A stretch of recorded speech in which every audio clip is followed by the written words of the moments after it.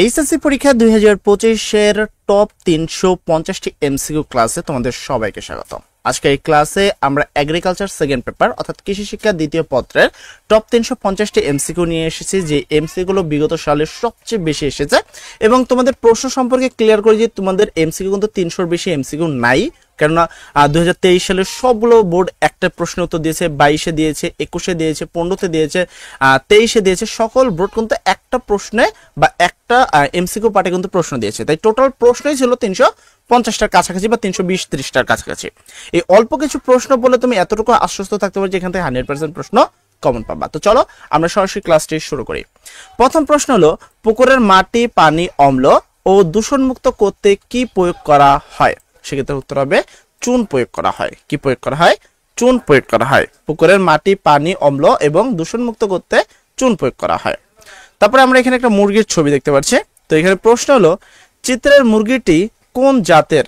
চিত্রের মুরগিটা, এই যে মুরগিটি ভালো করে দেখবা, এই মুরগিটি হলো কোন জাতের? সেক্ষেত্রে উত্তর হবে ফাউমি জাতের। এই যে মুরগিটি রয়েছে এই মুরগিটি হলো ফাউমি জাতের একটি মুরগি। এরপরে কোন বনে বাইন ও পশুর বৃক্ষ দেখতে পাওয়া যায়? কোন বনে বাইন ও পশুর বৃক্ষ দেখতে পাওয়া যায়? উত্তর হবে ম্যানগ্রোভ বন। উত্তর হবে ম্যানগ্রোভ বন। তো ম্যানগ্রোভ বনে এই জিনিসটা দেখতে পাওয়া যায়। কোনটি গবাদি পশুর রোগ? কোনটি গবাদি পশুর রোগ? উত্তর হবে তরকা। তরকা হলো গবাদি পশুর একটি রোগ। এর পরবর্তী প্রশ্ন যদি খেয়াল করো, বেকার যুবক নাহিদ বাড়ির পাশের পুকুরে এক ধরনের মাছ চাষ করলেন যা দ্রুত বন্ধনশীল ও বছরে 3-4 বার ডিম পারে। উদ্দীপকে কোন মাছের চাষের কথা বলা হয়েছে? তাহলে কোন মাছটা আছে যে মাছটা হলো দ্রুত মানে বাড়ে এবং হলো বছরে 3 থেকে 4 বার ডিম পারে? সেক্ষেত্রে উত্তর হবে নাইলোটিকা। উত্তর হবে কি? নাইলোটিকা। আকিলের মামা বাজার থেকে সাদা কালো রং মেশানো একটি গাভী কিনলেন যা পৃথিবীর বিভিন্ন দেশের সর্বোচ্চ দুধাল জাত হিসাবে পালন করা হয়। প্রশ্ন হলো, আকিলের মামার ক্রয়কৃত গাভীটির বৈশিষ্ট্য। তা আকিলের মামার যে ক্রয়কৃত গাভীটা আছে সেটা কোন ধরনের? তো তার বৈশিষ্ট্য কি হবে? 1, গাভীটির মাথা লম্বাটে হয় এবং হলো দৈনিক প্রায় 40 লিটার দুধ দেয়। তাহলে উত্তর হবে 2 ও 3। এর পরবর্তী প্রশ্ন যদি দেখো, কোথায় গেল? আচ্ছা, এটা। তো এখানে প্রশ্ন তোমাকে বলা হয়েছে যে বনজ বৃক্ষের চারা রোপণের প্রথম ধাপ কোনটি? বনজ বৃক্ষের চারা রোপণের প্রথম ধাপ কোনটি? উত্তর হবে স্থান নির্বাচন। বনজ বৃক্ষের চারা রোপণের প্রথম ধাপ হলো স্থান নির্বাচন। চারার গোড়া ঘর লতাপাতা ও কচুরি পানা দিয়ে ঢেকে দেওয়াকে কি বলে? উত্তর হবে মালচিং। তাকে কি বলা হয়? মালচিং বলে। দুধ সংরক্ষণের আধুনিক পদ্ধতি। দুধ সংরক্ষণের আধুনিক পদ্ধতি হলো পাস্তরীকরণ এবং হলো ডিপ ফ্রেশ। পাস্তরীকরণ এবং ডিপ ফ্রেশ, এটা হলো আধুনিক পদ্ধতি। মুরগির জাত কোনটি? মুরগির জাত কোনটি? তো মুরগির জাত কোনটি? মুরগির জাত হলো আসিল। আসিল একটি মুরগির জাত। কোনটি ডিম উৎপাদনকারী হাঁসের জাত? কোনটি ডিম উৎপাদনকারী হাঁসের জাত? উত্তর হবে খাদি ক্যাম্বেল। খাদি ক্যাম্বেল হলো তোমাকে ডিম উৎপাদনকারী হাঁসের জাত। এটা একটা। দেন এর পরবর্তী প্রশ্ন বলছে, গরুর 1 বছরের কম বয়সী পুরুষ বাচ্চাকে কি বলে? গরুর 1 বছরের কম বয়সী পুরুষ বাচ্চাকে কি বলে? উত্তর হবে এরে বাছুর। তাকে কি বলা হয়? এরে বাছুর বলা হয়। আকিলের মামা বাজার থেকে সাদা কালো রং মেশানো একটি গাভী কিনলেন যা পৃথিবীর বিভিন্ন দেশের সর্বোচ্চ দুধাল জাত হিসাবে পালন করা হয়। উদ্দীপকের গরুটি কোন জাতের? উত্তর হবে হলস্টেইন ফ্রিজিয়ান। উত্তর হবে কি? Holstein Friesian. ডিম ফোটানোর আধুনিক যন্ত্রটির নাম কি? ডিম ফোটানোর আধুনিক যন্ত্রটির নাম কি? উত্তর হবে ইনকিউবেটর। ডিম ফোটানোর আধুনিক যন্ত্রটির নাম হলো ইনকিউবেটর। জুপ্লাংটন তোমার কি?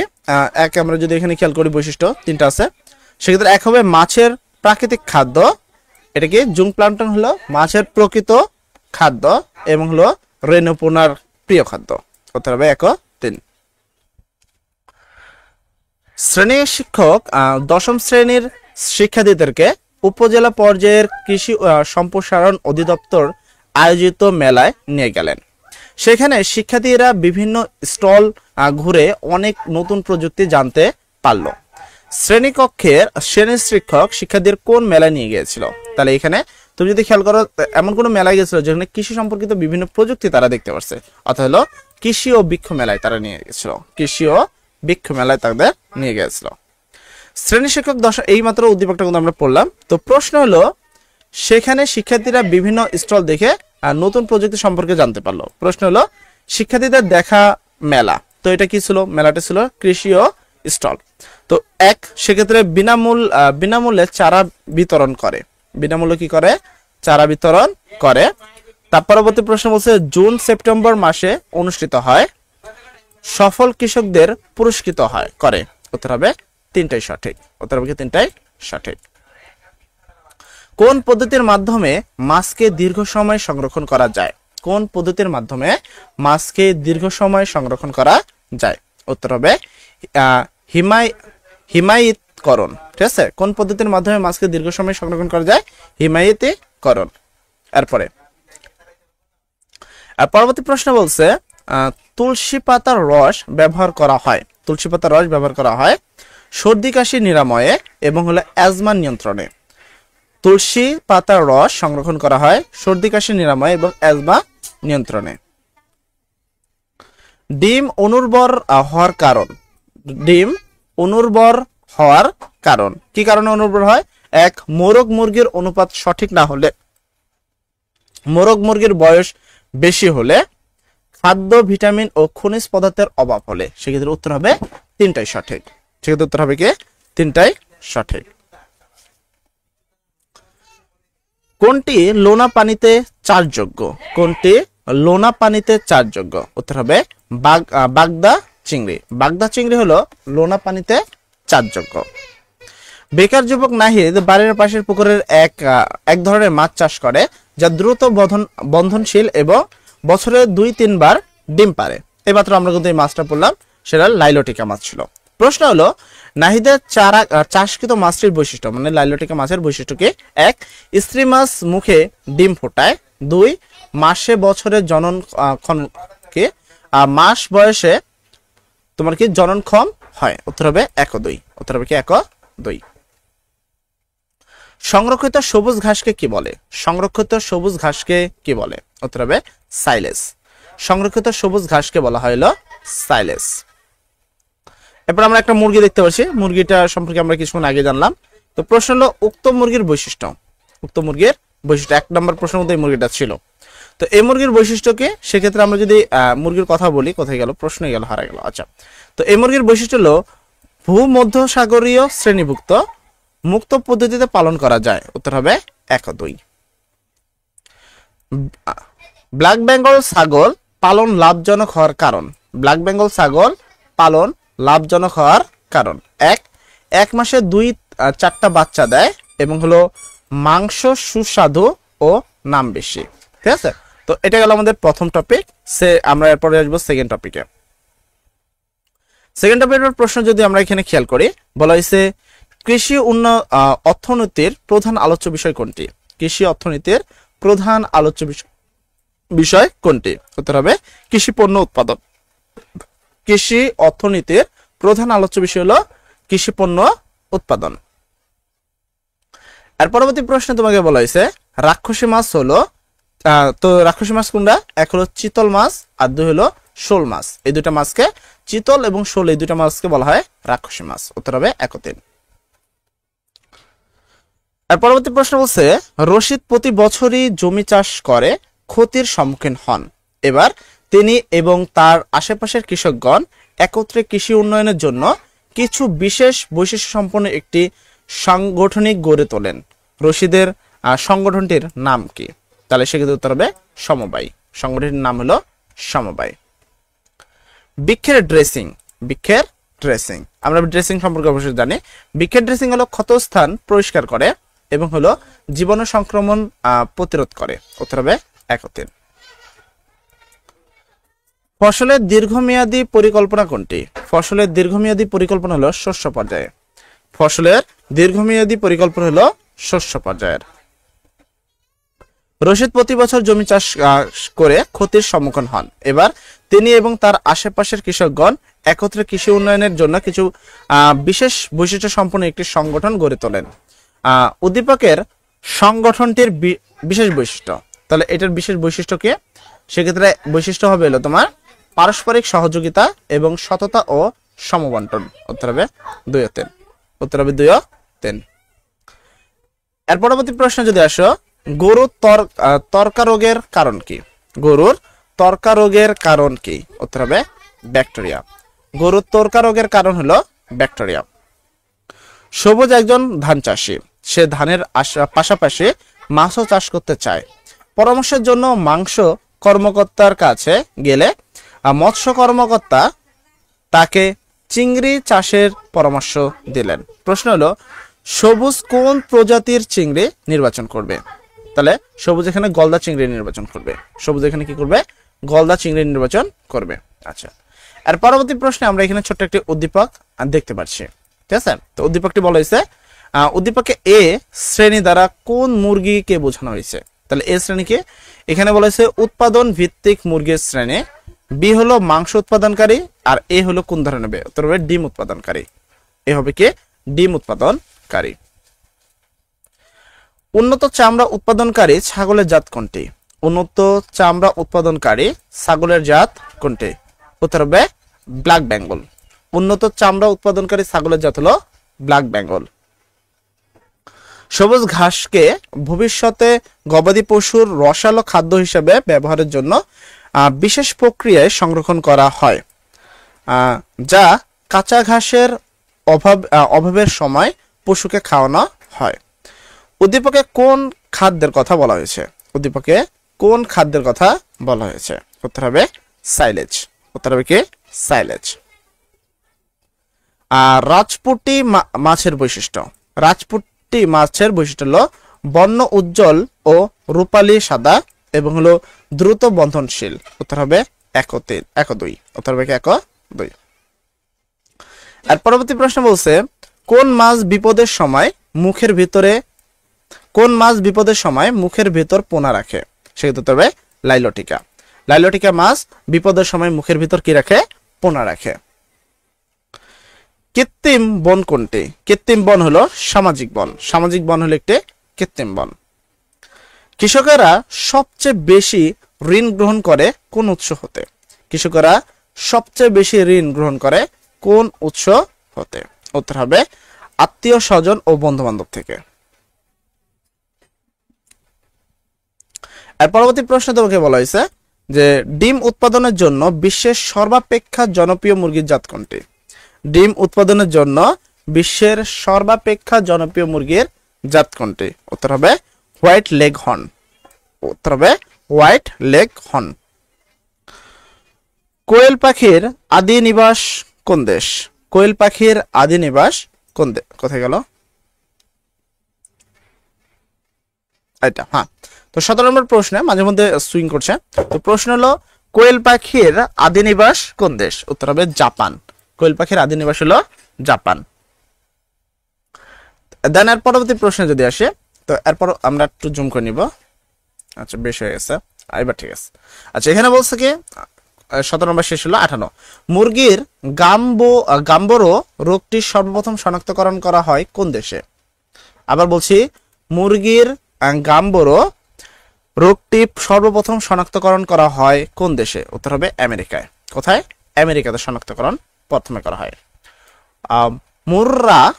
মুর্রা মহিষের উৎপত্তি স্থল কোথায়? মুর্রা মহিষের উৎপত্তি স্থল কোথায়? উত্তর হবে ভারত। মুর্রা মহিষের উৎপত্তি স্থল হলো ভারত। ঠিক আছে। আর পরবর্তী 20 নম্বর প্রশ্ন যদি 20 নম্বর দেখি, সামাজিক বনায়নের কারা কাজ করে? সামাজিক বনায়নে কারা কাজ করে? উত্তর হবে উপকার ভোগী। ঠিক আছে, সামাজিক বনায়নে কারা কাজ করে? উপকার ভোগীরা। সবুজ একজন ধান চাষী, সে ধানের পাশাপাশি মাছও চাষ করতে চায়। পরামর্শের জন্য মৎস্য কর্মকর্তার কাছে গেলে মৎস্য কর্মকর্তা তাকে চিংড়ি চাষের পরামর্শ দিলেন। ধান খেতে উদ্দীপকের চিংড়ি চাষ করার সুবিধা হলো, তো ধান খেতে চাষ করার সুবিধা কি কি? চিংড়ি চাষ করা ধান খেতে চাষ করার সুবিধা হলো আগাছা কম হয় এবং উৎপাদনের খরচ কম হয়। উৎপাদনের 1-3, উত্তর হবে 1-3। আর পরবর্তী প্রশ্নে খেয়াল করলে বলবে কৃষি মেলার উদ্দেশ্য হলো কৃষির প্রতি আগ্রহ সৃষ্টি করা, কৃষি পণ্য ক্রয় বিক্রয় করা, কৃষি প্রযুক্তি প্রচার করা। উত্তর হবে 3টাই সঠিক। উত্তর হবে কি 3টাই সঠিক। তো এখানে সেই উদ্দীপকটা আবার আছে সবুজ ঘাসকে ভবিষ্যতের গবাদি পশু রসালো খাদ্য হিসাবে ব্যবহার করার জন্য বিশেষ প্রক্রিয়ায় সংরক্ষণ করা হয়, যা কাঁচা ঘাসের অভাবের সময় পশুকে খাওয়ানোর হয়। এখন প্রশ্ন হলো যে আমরা যদি দেখি প্রক্রিয়াটি তৈরির জন্য উন্নত জাতের ঘাস হলো নেপিওর, ভুট্টা এবং জার্মান। উত্তর হবে 3টাই সঠিক। উত্তর হবে 3টাই সঠিক। লাইলটিকা মাছ কোন দেশ থেকে প্রথম বাংলাদেশে আনা হয়? লাইলটিকা মাছ কোন দেশ থেকে প্রথম বাংলাদেশে আনা হয়? উত্তর হবে থাইল্যান্ড। উত্তর হবে কি থাইল্যান্ড।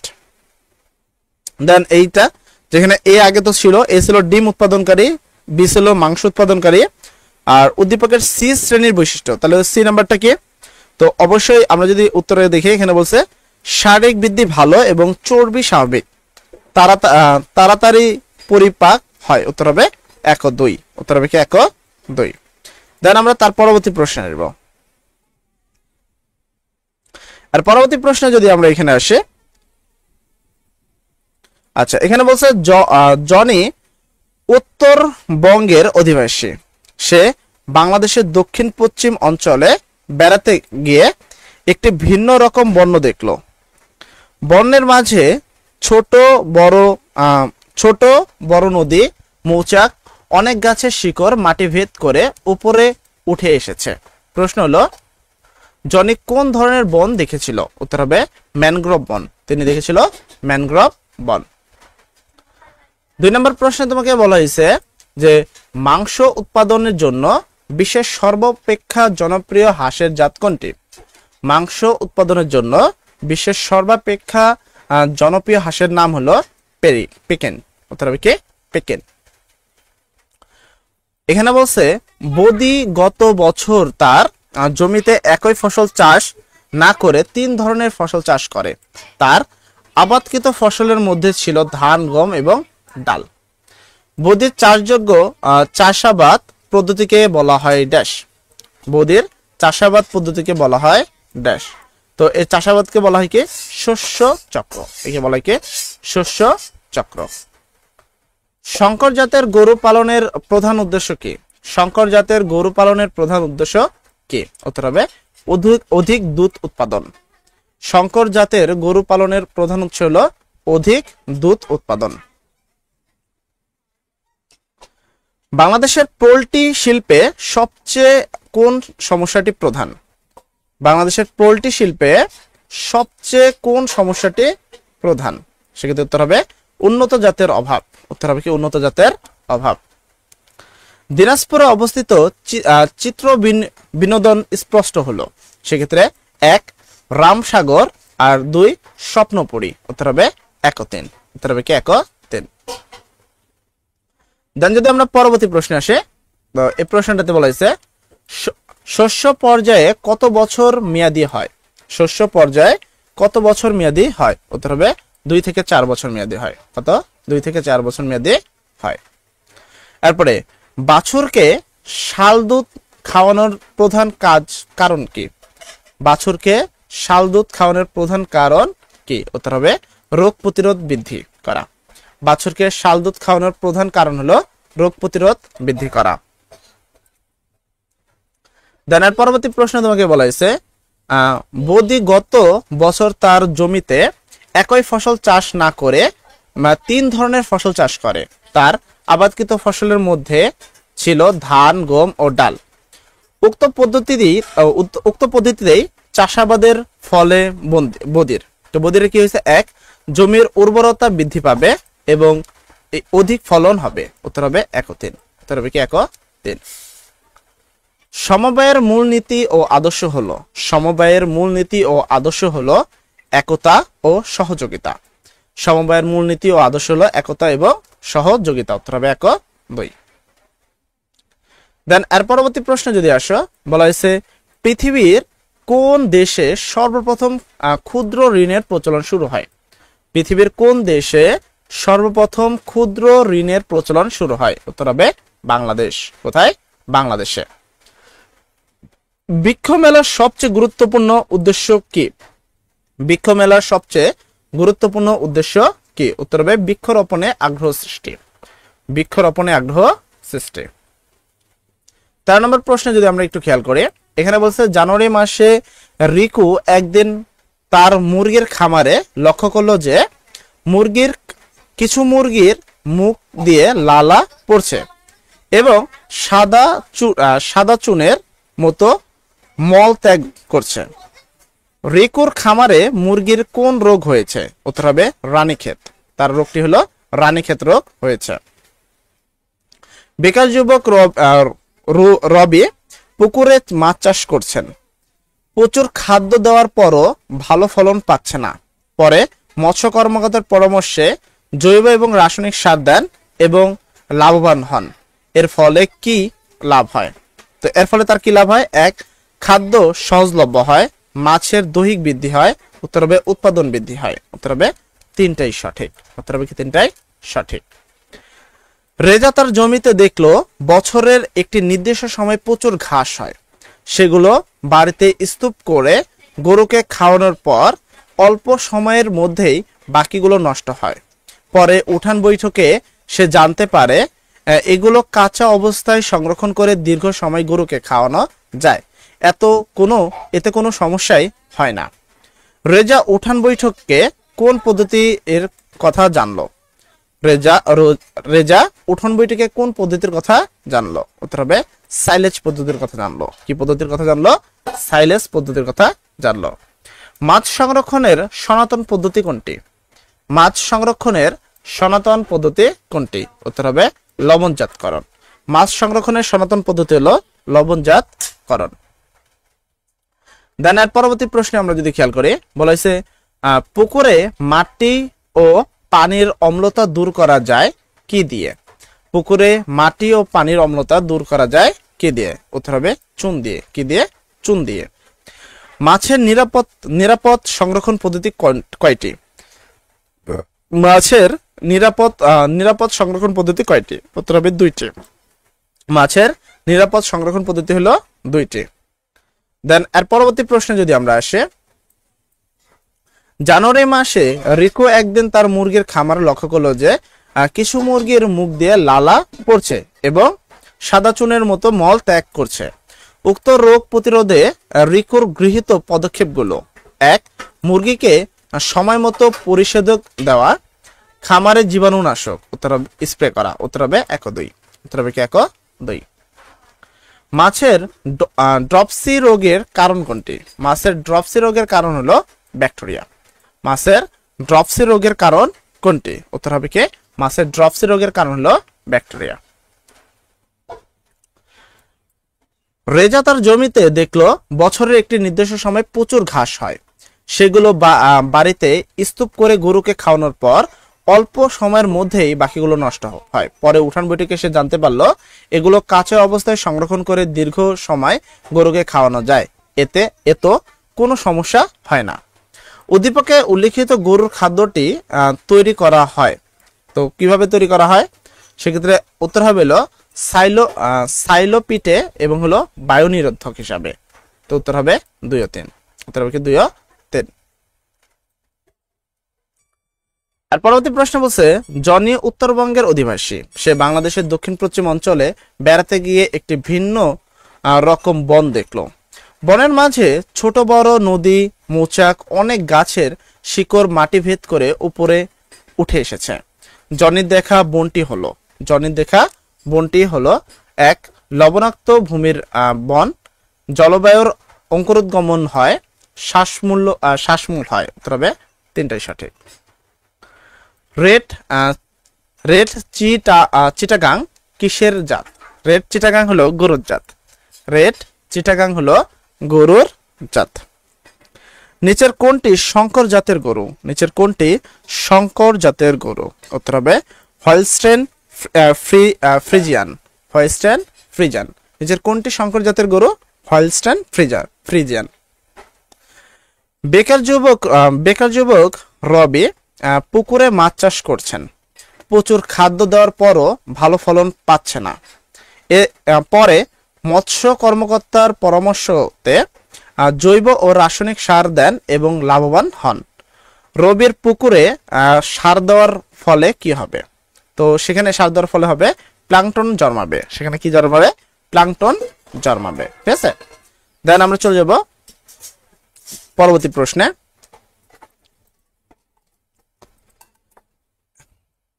তো এই প্রশ্ন বলছে কোনটি কুচে মুরগি? কোনটি কুচে মুরগি? উত্তর হবে তা দেওয়া। তা দেওয়া হলো কুচে মুরগি। আর পরবর্তী প্রশ্ন, আসিল জাতের মুরগির উৎপত্তি স্থল।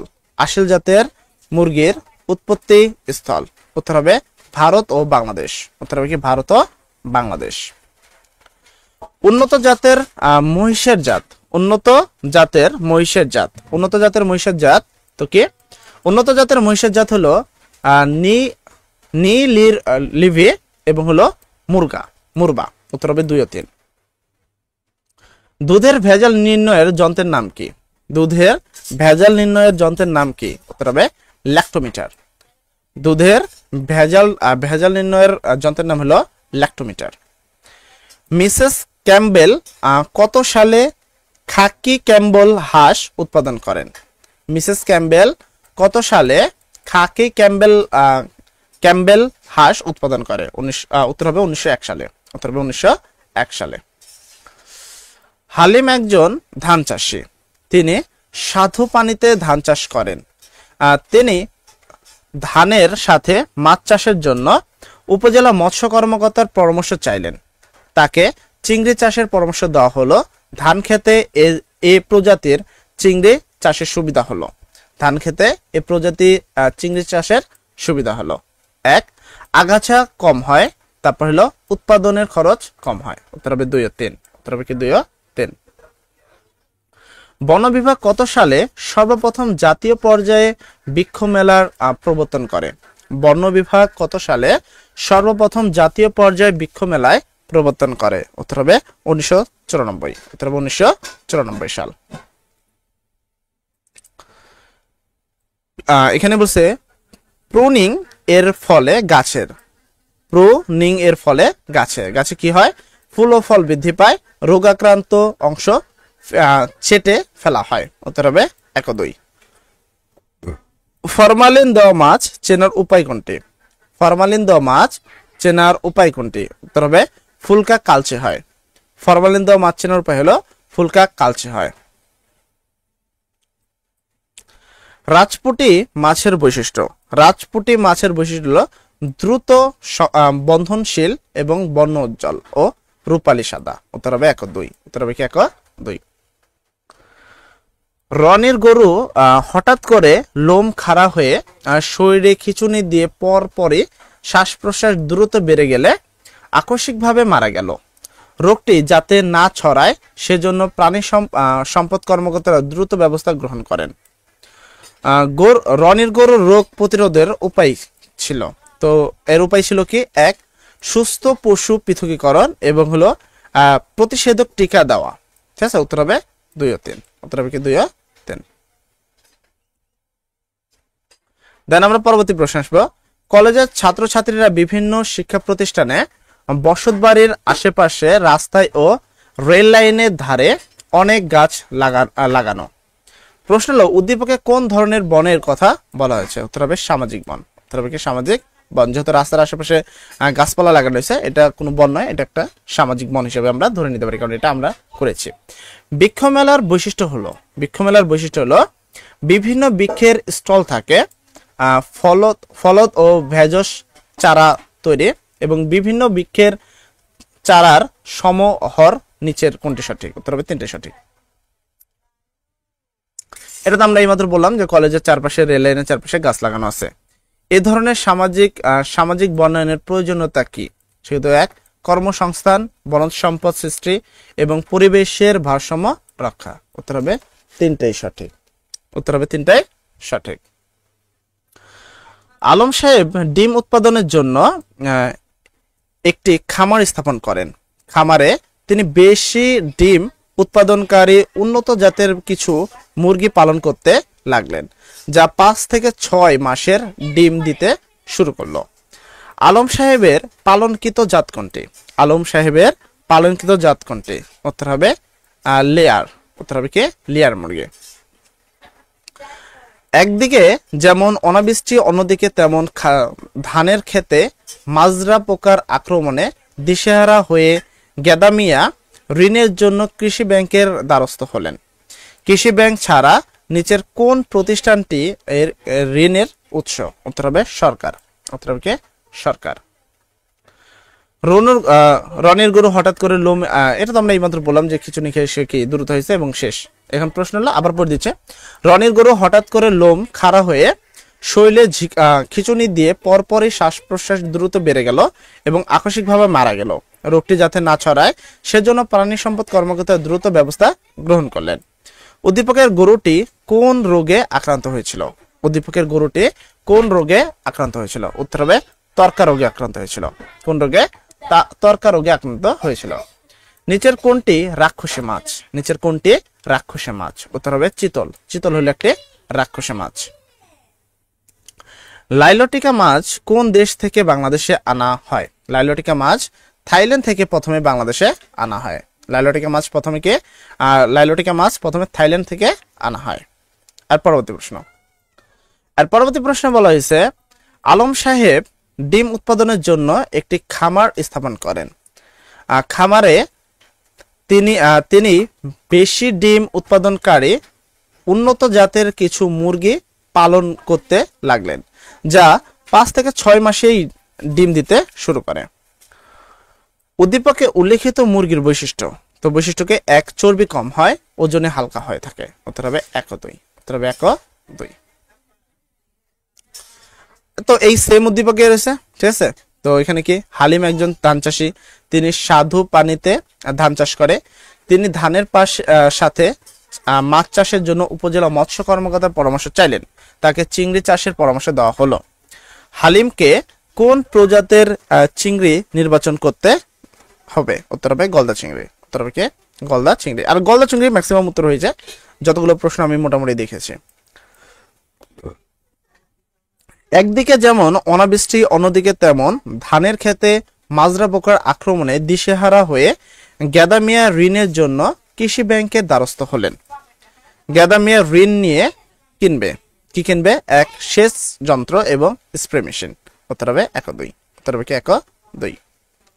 মুরগির ভাইরাস জনিত রোগ হলো রানীক্ষেত এবং কি বার্ড ফ্লু। উত্তর হবে 1 ও 2, 1 ও 3। ঠিক আছে। জার্সি জাতের গরুর উৎপত্তিস্থল কোথায়? জার্সি জাতের গরুর উৎপত্তিস্থল কোথায়? উত্তর হবে ইংল্যান্ড। জার্সি জাতের গরুর উৎপত্তিস্থল হলো ইংল্যান্ডে। কৃষির সাথে সম্পৃক্ত সকল প্রকার অর্থনৈতিক কর্মস্থলকে কি বলে?